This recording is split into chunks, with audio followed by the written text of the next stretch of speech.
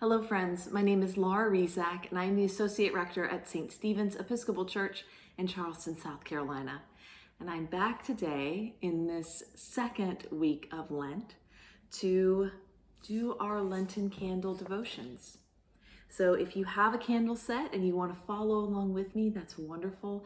If you decided not to get a set this year, I still invite you to join us for this time, this moment, to mark the progression of time as we move closer to Good Friday and closer to Easter Sunday. So we are in the second Sunday of Lent, and you see that I've got my candle set here. We put out one of the candles last week. We won't light it again until Easter Sunday. So I've got 5 purple candles lit and 1 white candle. God created people for a relationship based on love and trust, a mirror of the perfect relationships within the Trinity. God intended for humanity to live in harmony with the earth, one another, and the divine nature. In the book of Genesis, we hear the story of how humans became separated from God and from our place in creation. The story of the fall from grace in the garden is a way to describe how humans often live fractured lives, out of balance with nature and out of balance with God's teachings, and unaware of God's abiding presence and love. The reading today is from the book of Genesis. And the Lord God planted a garden in Eden in the east, and there God put the man that God had made. And out of the ground the Lord God made to spring up every tree that is pleasant to the sight and good for food. The tree of life was in the midst of the garden, and the tree of knowledge of good and evil. And the Lord God commanded the man, saying, "You may surely eat of every tree of the garden, but of the tree of the knowledge of good and evil you shall not eat. For in the day that you eat of it, you shall surely die." Now the serpent was more crafty than any other beast of the field that the Lord God had made. He said to the woman, "Did God actually say, 'You shall not eat of any tree in the garden'?" When the woman saw that the tree was good for food, and that it was a delight to the eyes, and that the tree was to be desired to make one wise, she took of its fruit and ate. And she also gave some to her husband who was with her, and he ate.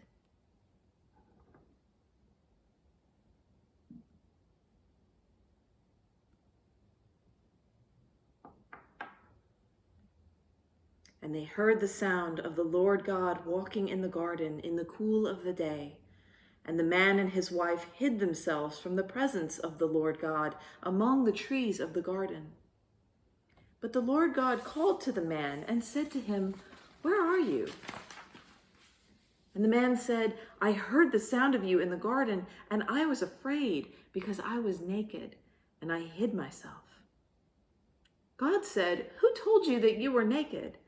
Have you eaten of the tree of which I commanded you not to eat?" The man said, "The woman whom you gave to be with me, she gave me of fruit of the tree, and I ate." Then the Lord God said to the woman, "What is this that you have done?" The woman said, "The serpent deceived me, and I ate."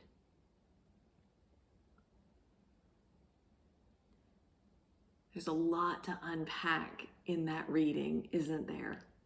There's some pretty shady behavior going on, right?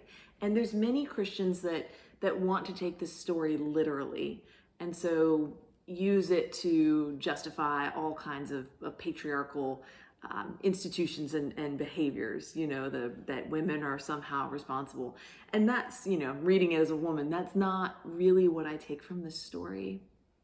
I think it's a description of, to me, it's a description, a fable, an allegory almost of the way that we so often feel ourselves divided, cut off. It's an explanation, or an attempt at an explanation of why things are so broken, of what happened that broke that fundamental close relationship that was originally intended between humanity and God, humanity and the rest of the creation.